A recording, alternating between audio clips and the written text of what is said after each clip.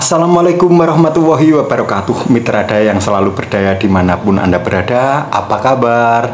Mudah-mudahan baik-baik saja ya. Kali ini mitra daya akan saya ajak untuk mengikuti prosesi istitoah kesehatan calon jemaah haji.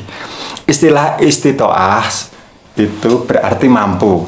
Nah, calon jamaah haji itu memang harus mempunyai kemampuan baik di bidang finansial atau ekonomi maupun kemampuan mampu dalam hal kesehatan. Nah, istitoah kali ini adalah istitoah kesehatan.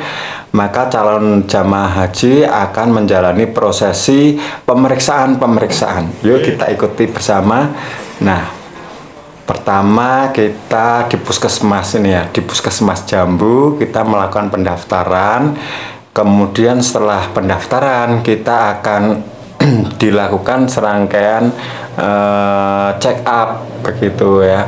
Ada check up pengambilan darah, mungkin untuk mengecek gula darah atau kolesterol, asam urat dan sebagainya. Kemudian ada pengecekan tensi, tekanan darah, ada pengecekan tentang kesehatan mental. Nah, itu sebelumnya kita menunggu, kemudian kita dipanggil satu persatu, ditanya-tanya oleh dokter puskesmas apakah punya riwayat sakit gula ataupun paru-paru ataupun pernah operasi. Kemudian dari keluarga juga ditanya apakah orang tuanya juga menderita penyakit tertentu dan sebagainya. Nah, itu proses itu kita jalani. Kemudian kita dirujuk ke RSUD atau rumah sakit yang ditunjuk oleh pemerintah. Nah, kali ini kita dirujuk ke RSUD Ambarawa.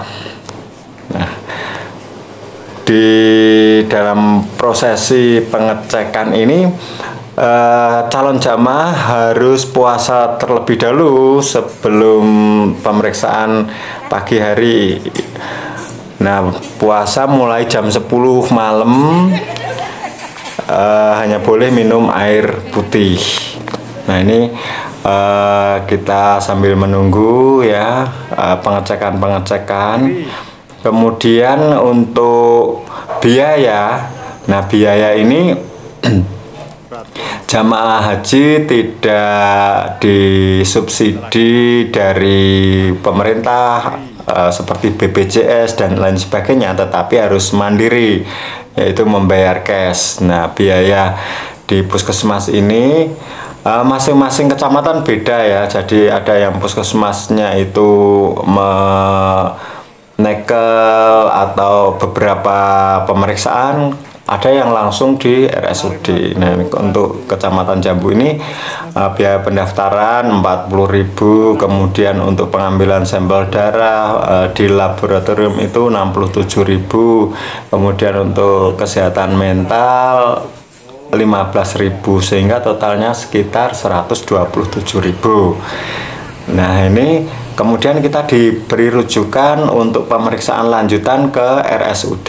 Ini kita sudah sampai di RSUD Kabupaten Semarang yang bertempat di Ambarawa. Nah, kita melakukan pemeriksaan di sini pakai jalur khusus yaitu jalur memang khusus untuk calon jamaah haji.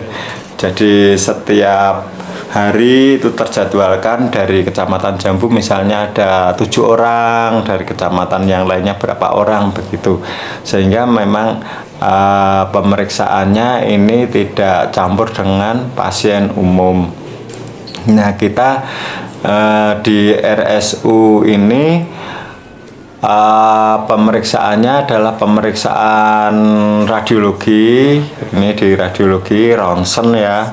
Kemudian kita diambil darahnya dulu, kemudian diperiksa di radiologi ini ronsen, kemudian oh ya ini misalnya harinya bergantian ya, misalnya hari Senin kita di puskesmas, hari Selasanya kita di RSUD, itu sama, harus puasa terlebih dahulu ya. Jangan lupa ini calon jamaah untuk pemeriksaan harus puasa terlebih dahulu jam 10 malam, kemudian paginya masih puasa itu hanya boleh minum air putih. Nah, setelah diambil darahnya itu kita diminta untuk makan, ya makan besar begitu. Setelah makan puasa lagi 2 jam diambil darahnya lagi. Ini jangan sampai lupa. Kemarin ada yang lupa setelah makan itu nggak puasa lagi, kemudian mau diperiksa makan lagi. Nah, ini harus nunggu supaya 2 jam lagi lah. Ini kan pengalaman.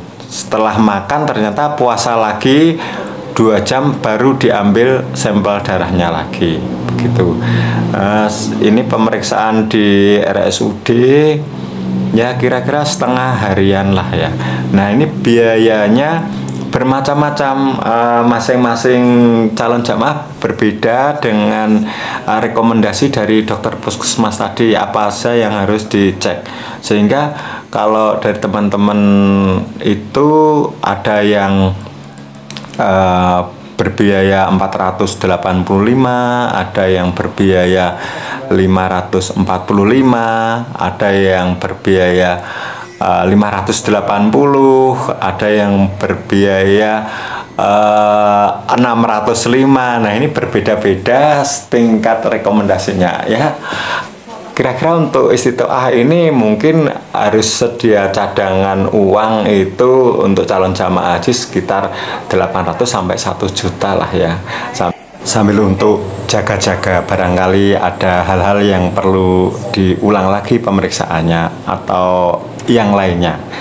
Nah, setelah 3 hari kita ambil hasil pemeriksaan di RSUD, ini bisa kolektif, diambil oleh salah seorang, kemudian kita bawa hasil pemeriksaan tersebut ke puskesmas kecamatan. Nah, ini di puskesmas kecamatan nanti akan ada rekomendasi-rekomendasi dari hasil pemeriksaan-pemeriksaan tersebut untuk tindak lanjut dari hasil pemeriksaan tersebut. Kalau sudah baik ya baik, kalau ada perlu perbaikan masih ada waktu sehingga pada saat berangkat semuanya sudah siap baik kesehatan maupun ekonominya. Nah, menurut yang saya baca hasil dari istiqtoah kesehatan ini ada 4 kategori dari aplikasi itu. Kategori yang dinyatakan layak atau sehat, kemudian layak dengan pendampingan bisa dengan obat ataupun pendampingan orang, kemudian layak dengan syarat, misalnya harus ada vaksin, kalau belum vaksin meningitis ataupun vaksin COVID.